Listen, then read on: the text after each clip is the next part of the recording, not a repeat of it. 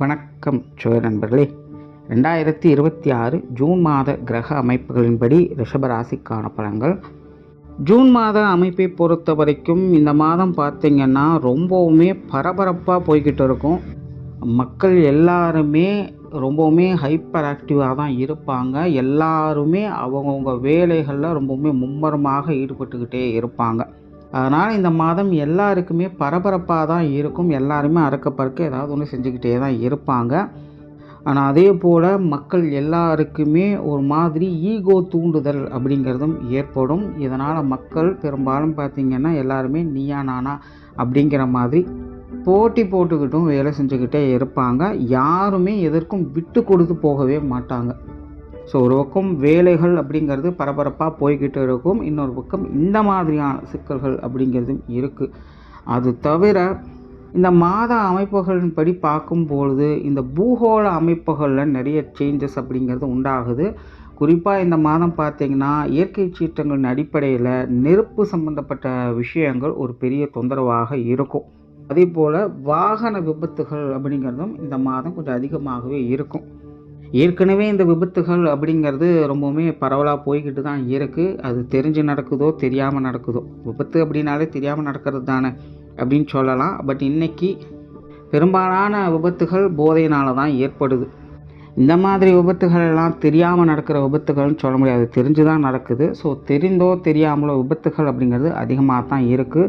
So இந்த மாத அமைப்பின்படியும் இந்த விபத்துகள் அப்படிங்கிறது வாகன ரீதியான பிரச்சனைகள் அப்படிங்கிறதும் அதிகமாக இருக்குது.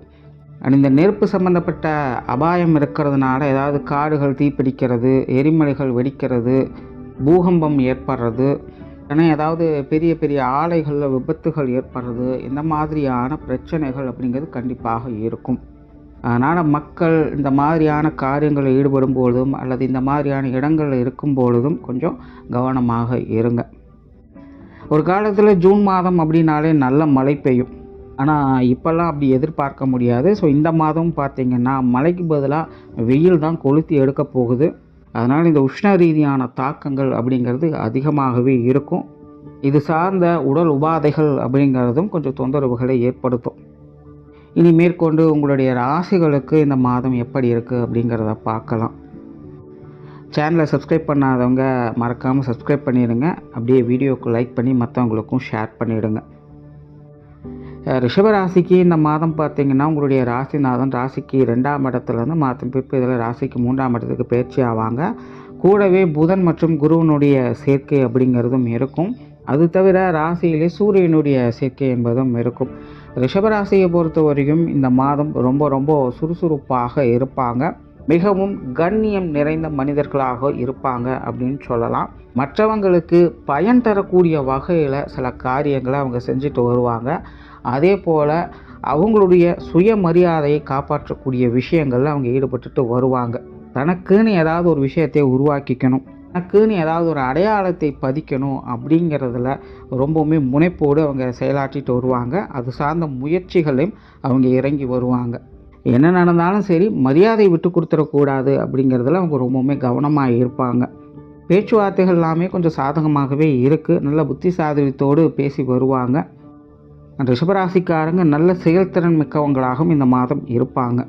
தொழில் வேலை உத்தியோகம் சம்பந்தப்பட்ட விஷயங்கள் இந்த மாதம் பரவாயில்லன்னு சொல்லலாம். சில திடீர் அதிர்ஷ்ட யோக வாய்ப்புகள் அப்படிங்கிற அடிப்படையில் சில நல்ல விஷயங்கள் அப்பப்போ வந்துட்டு போகும். மற்றபடி இந்த மாதம் பார்த்திங்கன்னா ஒரு ரொட்டீன் ஒர்க் மாதிரி தான் இருக்கும். அதே போல் ரிஷபராசிக்கு வேலை சம்பந்தப்பட்ட பிரயாணங்கள் என்பது அதிகரிக்கலாம். இல்லைனா சிலருக்கு இந்த இடமாற்றங்கள் போன்ற விஷயங்கள் ஏற்படலாம். அதே போல் சிலருக்கு இந்த தொழில் வேலை உத்தியோக ரீதியாக இந்த எக்ஸ்ட்ரா பெனிஃபிட்ஸ் மாதிரி சின்ன சின்ன விஷயங்கள் அவங்களுக்கு கிடைக்கும். அதனால் கெரியர் ரிலேட்டடான விஷயங்களை பொறுத்த வரைக்கும் இந்த மாதம் ரிஷபராசி கொஞ்சம் நல்லபடியாக பரவாயில்லன்னு சொல்கிற அளவுக்கே இருக்குது. பொருளாதாரம் சார்ந்த விஷயங்கள் இந்த மாதம் பார்த்திங்கன்னா விஷயங்கள் காரியங்களில் ஈடுபாடுகள் அதிகமாகவே இருக்கும். மாதத்தின் முற்பகுதிகள் இது சார்ந்த விஷயங்களில் சில அனுகூலங்கள் அப்படிங்கிறது உண்டு. ஏதாவது ஒரு வகையில் பொருள் வரவுகள் உங்கள் பையை நிரப்பும். மாதத்தின் பிற்பகுதியில் கொஞ்சம் சுணக்க நிலைகள் அப்படிங்கிறது இருக்கும். ஆனால் அது சார்ந்த காரியங்களை கைவிட மாட்டீங்க. சுருக்கமாக சொன்னால் இந்த மாதம் ரிஷபராசிக்காரங்களை பொறுத்த வரைக்கும் ரெவென்யூ சம்மந்தப்பட்ட விஷயங்களை ரொம்பவுமே முனைப்போடு செயலாற்றக்கூடியவங்களாகவும் அது சார்ந்த முயற்சிகளில் கடுமையாக ஈடுபடக்கூடியவங்களாகவும் இருப்பீங்க.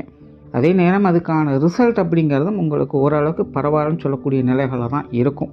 அதனால் ரிஷபராசிக்காரங்க இந்த பொருளாதார ரீதியாக அகலக்கால் வைக்கிறத தவிர்த்துக்கங்க. முடிஞ்ச அளவுக்கு இந்த கடன் சார்ந்த விஷயங்கள் கொடுப்பதும் சரி, வாங்குவதும் சரி, மாதத்தின் முற்பகுதியில் ஓகே தான், மாதத்தின் பிற்பகுதியில் மட்டும் கொஞ்சம் கவனமாகவே இருங்க.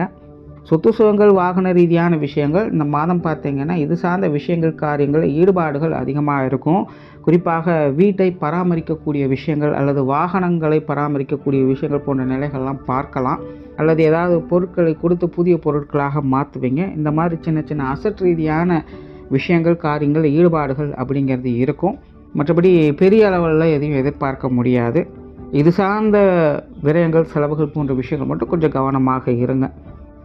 குடும்ப விஷயங்கள், காரியங்கள் இந்த மாதம் சிறப்பாகவே இருக்குது. குடும்ப தேவைகள் பூர்த்தியாகும்.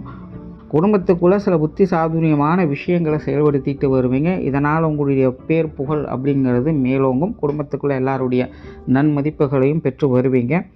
உங்களுடைய சாமர்த்தியத்தால் குடும்பத்துக்குள்ளே சில நல்ல விஷயங்களை எதிர்பார்க்கலாம். குடும்ப உறவுகளும் இந்த மாதம் உங்களுக்கு கொஞ்சம் அனுசரணையாகத்தான் இருந்துட்டு வருவாங்க.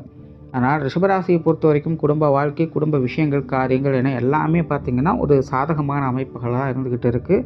இன்னும் சொல்லப்போனால் ரிஷபராசிக்காரங்களுக்கு இந்த மாதம் குடும்ப விஷயங்கள், காரியங்கள், ஈடுபாடுகள் அதிகரிக்கவே செய்யும். எப்படியாவது எதையாச்சும் ஒன்று செஞ்சு குடும்பத்தை கரை சேர்த்த மாட்டோமா அப்படிங்கிறதுல ரொம்பவுமே சிந்தனை மேலோங்கியவங்களாக இருப்பாங்க. அதற்கான ஒரு சொல்யூஷனை இந்த மாதம் நீங்கள் நிச்சயமாக கண்டுபிடிப்பீங்க. அது உங்களுக்கு நல்லா ஒர்க் அவுட் ஆகவும் செய்யும். அதற்கான வாய்ப்புகள்லாம் உங்களுக்கு கிடைச்சிது அப்படின்னா அதை சரியான முறையில் பயன்படுத்திக்கங்க. பெற்றோர்கள் சார்ந்த விஷயங்கள்லாம் ஓரளவுக்கு நல்லபடியாகவே இருக்குது. உடன்பிறப்புகள் வகையிலும் சில சாதகமான அமைப்புகளே இருக்கும். குறிப்பாக ரிஷபராசிக்காரங்க இந்த மாதம் உடன்பிறப்புகள் சம்மந்தப்பட்ட விஷயங்கள், காரியங்களில் கொஞ்சம் தலையீடுகள் அதிகமாகவே இருக்கும். நல்ல விஷயங்களையும் எதிர்பார்க்கலாம்.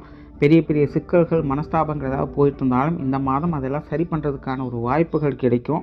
கணவன் மனைவி உறவுகள் இந்த மாதம் கொஞ்சம் கவனமாக இருங்க. முன்னுக்கு பின் முரண்பாடான விஷயங்கள் தான் அதிகமாக இருக்குது. கணவன் மனைவி இருவருக்குமே இந்த கருத்து வேற்றுமைகள் அப்படிங்கிறது பெரிய அளவில் வேலை செய்யும். நீங்கள் ஒன்று சொன்னால் அவங்க ஒன்று சொல்லுவாங்க. எதை சமாளிக்கிறது அப்படிங்கிறது தெரியாது. தேவையில்லாத வாக்குவாதங்களும், சண்டை சச்சரவுகள் தான் அதிகமாக இருக்கும். அதே போல் வாழ்க்கை துணையின் வகையில் தேவையில்லாத விரயங்கள், செலவுகள் அப்படிங்கிறதும் அதிகமாக இருக்கும். ஒரு பக்கம் அது சுப விரயங்கள் அப்படிங்கிறதும் எடுத்துக்கலாம். ஆனாலும் அதெல்லாம் ஏதோ ஒரு வகையில் சின்ன சின்ன சங்கடங்களையும் பிரச்சனைகளையும் ஏற்படுத்திகிட்டே இருக்கும். ஸோ கணவன் மனைவி உறவுகளை பொறுத்த வரைக்கும் இந்த மாதம் கொஞ்சம் கவனமாகவே கையாளுங்க.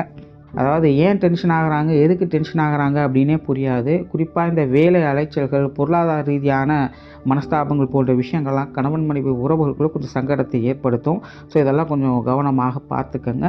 குழந்தைகள் சம்பந்தப்பட்ட விஷயங்கள் இந்த மாதம் சாதகமாகவே இருக்குது. குழந்தைகள் வகையில் ஒரு நல்ல விஷயங்களை எதிர்பார்க்கலாம். திருமண அமைப்புகள், புத்திரபாக்கிய அமைப்புகள் ரெண்டுமே நல்லபடியாகவே இருக்குது.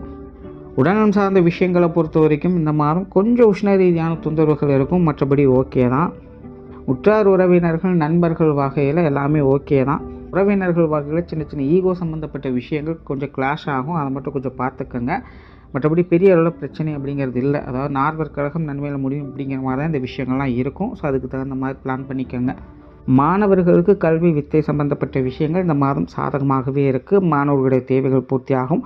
மாணவர்கள் ரொம்பவுமே சிறப்பாகவே செயலாற்றி வருவாங்க. கல்வி வித்தைகளுக்கான உங்களுடைய எதிர்பார்ப்புகள் எதுவாக இருந்தாலும் இந்த மாதம் பூர்த்தி அடையக்கூடிய நிலைகளில் தான் இருக்குது. அதனால் மாணவர்களுக்கு ஒரு சாதகமான மாதம் தான்.